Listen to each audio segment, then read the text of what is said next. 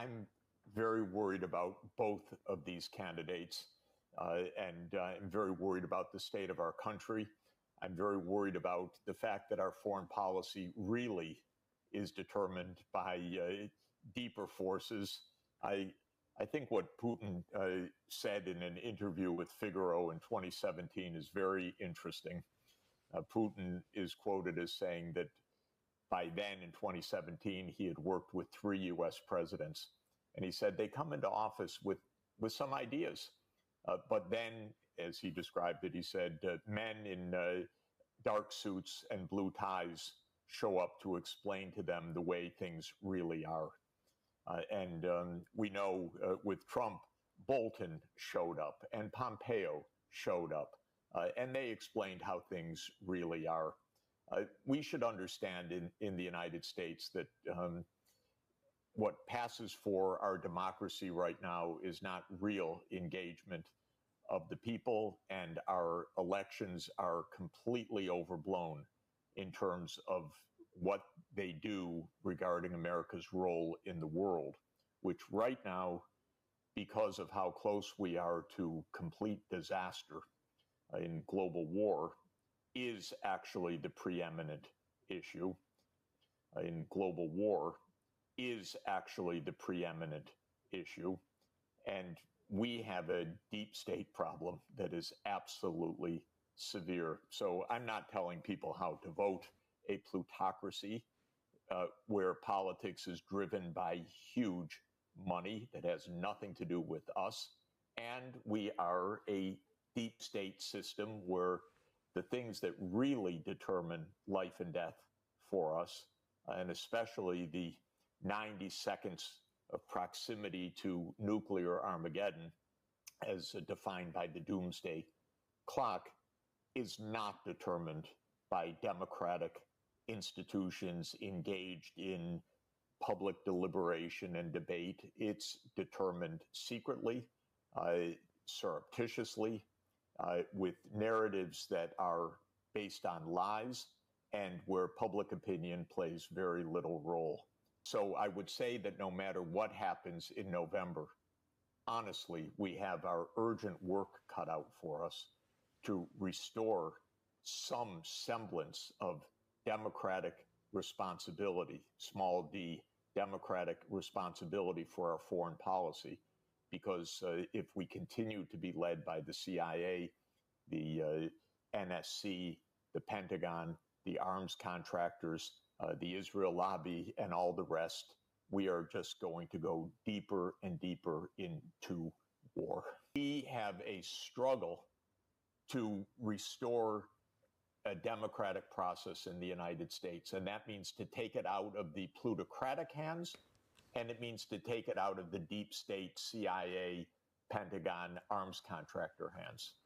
Yeah, I don't know if you've given a lot of thought to this, because maybe it doesn't deserve all that much thought, but I know that you recall very well how Democrats talked about George Bush and Dick Cheney and the neocons, especially Dick Cheney, as this kind of like Hitler figure, this fascist, this warmonger who wanted to go to war just to increase the value of his Halliburton stock. They also accused him of stealing the 2000 election away from what they considered the rightful winner to be, which is Al Gore. And now here we are 20 years later, and Dick Cheney and his daughter in his name are actively campaigning for the Democratic candidate, not just campaigning for them because they think Trump is a threat to democracy, but because they're specifically saying that the Kamala-led Democratic Party's foreign policy is closer to our foreign policy, meaning us, the Cheneys, than a Trump-led Republican Party would be. And I remember back in the day too, when Nancy Pelosi was a senior Democrat, she was accusing George Bush and Dick Cheney of the most gruesome accusations she could think of.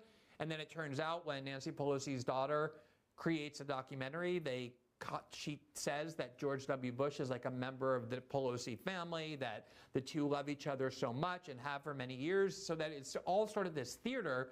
But what do you make of this kind of migration of neocons and Bush Cheney officials away from the Republican Party, very enthusiastically, not begrudgingly, supporting the Democrats who 20 years ago were calling them Nazis and fascists? Well, again, it's extremely important to understand that for the last 33 years, I'm dating it to 1991 for a reason that I'll explain in a moment, we have had one foreign policy, irrespective of whether it is Democrats or Republicans. So it includes Bush Sr., Clinton, Bush Jr., Obama, Trump, and Biden. This is the basic fact. And you can trace that literally. Why do I pick 1991? Because that was the year that the Soviet Union ended. I happened to be in the Kremlin because I was advising Boris Yeltsin, president of Russia, when he told me to my face, I may have mentioned this to you, the Soviet Union is finished. This was in December 1991. It was a stunning moment. But from that moment, the United States took on a grandiosity, which we sometimes call neoconservatism, that said, now we run the world.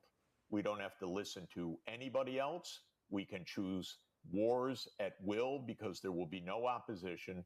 We run the world. And immediately, this was put on paper by Paul Wolfowitz in 1992 when Cheney was then the Secretary of Defense of Bush Sr.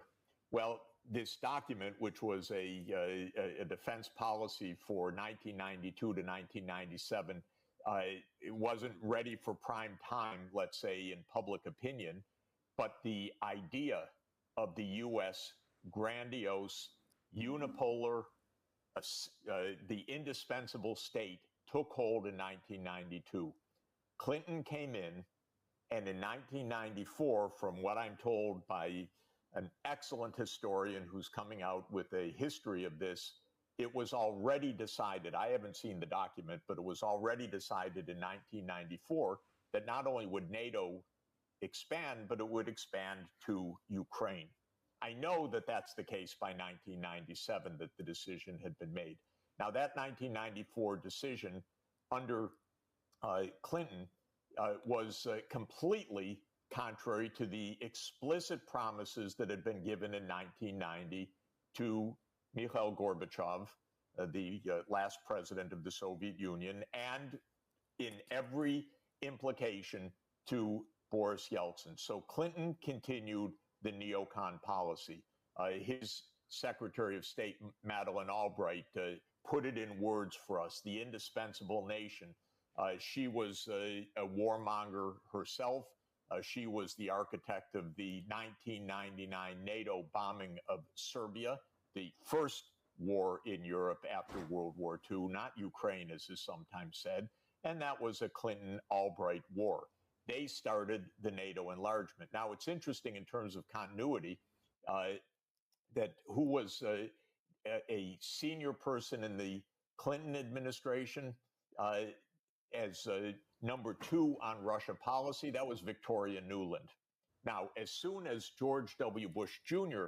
comes in January 20th, 2001, where is Victoria Nuland? She becomes the Deputy National Security Advisor for Vice President Cheney. Complete continuity. This is now going to be, again, the unipolar world. And by then, there was already the project for the new American century, which was the neocon document, a famous document called Rebuilding America's Defenses. By the way, in 1998, Clinton signed a law that called it U.S. policy to replace Saddam Hussein, regime change, under Clinton, not under Bush Jr. So Bush Jr. now continues all of this. Comes 9/11. This is responded to not as 9/11, but as now the public relations gimmick to go to all those wars that the neocons wanted. And the idea in 2003 was 3 wars in a row, by the way, not just Iraq. It was Iraq, then Syria, then Iran. But U.S. troops got tied down in Iraq by the insurgency, and so they couldn't continue to Syria as they planned. But that was continuity of policy.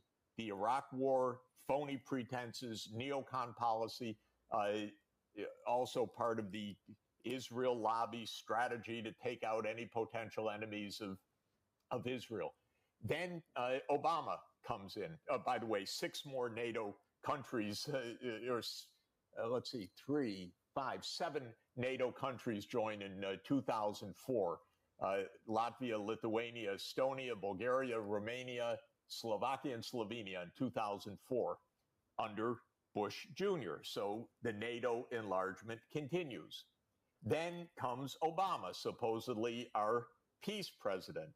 Well, what happens to Victoria Nuland? She becomes Hillary Clinton's spokesman in the new State Department. She goes from being Bush's ambassador to NATO in 2005 to 2008, when Bush pushes this extraordinarily reckless drive to expand NATO to Ukraine and Georgia, the reason of the Ukraine war. And she goes immediately from being Bush's NATO ambassador to being Hillary Clinton's top assistant. Then she becomes the Assistant Secretary of State for European Affairs, and she becomes the point person for overthrowing the Ukraine government. Under John Kerry, who by that point had replaced Hillary Clinton. There you go. And on February 22nd, 2014, the same Victoria Nuland is overthrowing the government. And by the way, in her intercepted call, which describes how this coup is going to operate, Biden's right there. The Veep is going to give those attaboys to the new government. He's going to make everything work. And so Sullivan, Biden, Blinken, Nuland, they're there under Obama. Okay. Then comes Trump. He continues the NATO policies. He's the one that starts arming Ukraine. He doesn't get a free pass on this. And then comes Biden, 2021. Well, he's been up to his neck with the military-industrial complex his whole career, taking money from it, being a shill for it, being a point person for it, being the one who gave the attaboys to the overthrow of Yanukovych in 2014, always for NATO enlargement. And Putin says to him, come on, stop already, stop. Let's actually negotiate a serious security arrangement. What does Biden do? First of all, he hires Victoria Nuland, gives her a promotion. So now she's Undersecretary of State for Political Affairs. And she becomes the point person for the war that's going to break out now at an escalated level. The Ukraine war broke out, by the way, on the 22nd of February, 2014, 10 years ago, with the U.S. coup, participation in the coup. But it was at a lower level. There were thousands of people killed over the 10 years, but then it escalated in February 2022. So what happens with Biden? Biden hires the same neocons, follows the same policy. Putin says on December 15th, 2021, let's negotiate security arrangements. After all, you, the United States, you walked out of the anti-ballistic missile treaty. You put in Aegis missile systems into Poland and Romania. You walked out of the intermediate nuclear force treaty. You overthrew a government in Ukraine, or let me be more precise, you participated in the coup in 2014. You did all those things. We need a revised security arrangement. Okay, Biden says, not interested.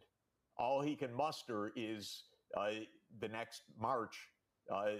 That man cannot remain in power. He calls for regime change in Russia.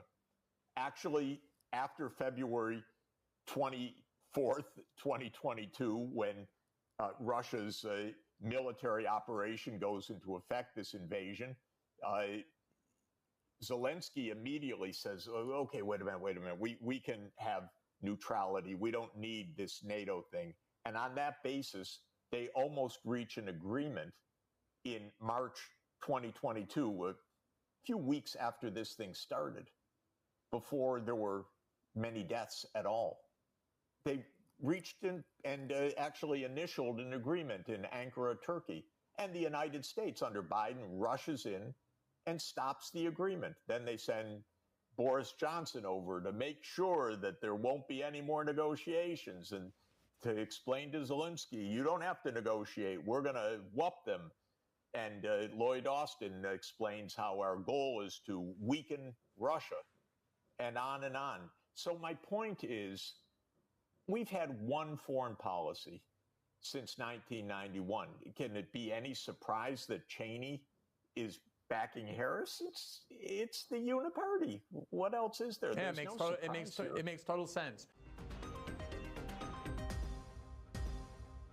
Thanks for watching this clip from System Update, our live show that airs every Monday through Friday at 7 p.m. Eastern, exclusively on Rumble. You can catch the full nightly shows live or view the backlog of episodes for free on our Rumble page. You can also find full episodes the morning after they air across all major podcasting platforms, including Spotify and Apple. All the information you need is linked below. We hope to see you there.